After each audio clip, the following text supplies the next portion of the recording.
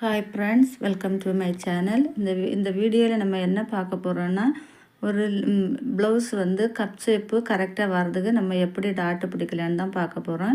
அதுக்காக நான் blouse front part எடுத்துருக்கிறேன். அதில் வந்து நம்ம 4.5 இன்ச்சு நான் இந்த டாட்டுக்காக மார்க் பண்ணி விட்டுருந்தேன். அந்த இடத்துலேருந்து 2ஆக ஃபோல்டு பண்ணி 1.25 இன்ச்சு மார்க் பண்ணி நீளம் வந்து 3 இன்ச்சு வர மாதிரி மார்க் பண்ணி ஒரு ஸ்டிச் போட்டுக்கலாம். இப்போ வந்து செகண்ட் டாட் தான் பிடிக்க போகிறேன்.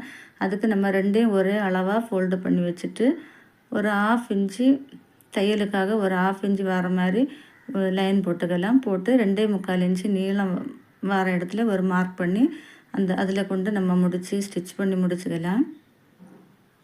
இப்போ வந்து 3ஆவது டாட்டு தான் நம்ம பார்க்க போகிறோம்.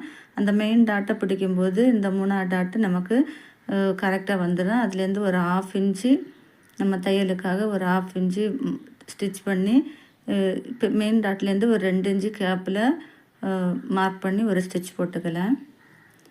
இப்போ நம்ம பிடிச்சிட்டோம், 3 டாட்டும் பிடிச்சிட்டோம். இப்போ அழகாக இருக்குது. அடுத்ததே நம்ம இதே மாதிரி பிடிக்கலாம். 1.25 இன்ச் 2ஆக ஃபோல்டு பண்ணிவிட்டு 1.25 இன்ச்சில் மார்க் பண்ணிக்கோங்க. மார்க் பண்ணிவிட்டு ஒரு 3 இன்ச்சு மார்க் பண்ணி நீளம் வந்து ஒரு 3 இன்ச்சு மார்க் பண்ணி அதில் ஒரு ஸ்டிச் போட்டுக்கலாம்.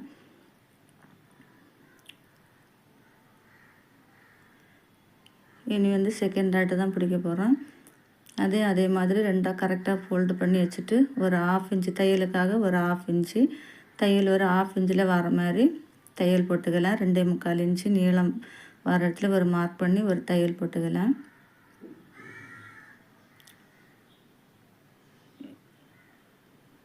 இப்போ வந்து ஆம்கோல் டாட்டு அதே மாதிரி மெயின் டாட்டை பிடிச்சி இந்த மெயின் டாட்லேருந்து 2 இன்ச்சு கேப்பு விட்டு ஒரு மார்க் பண்ணி ஒரு ஸ்டிச் போட்டுக்கலாம்.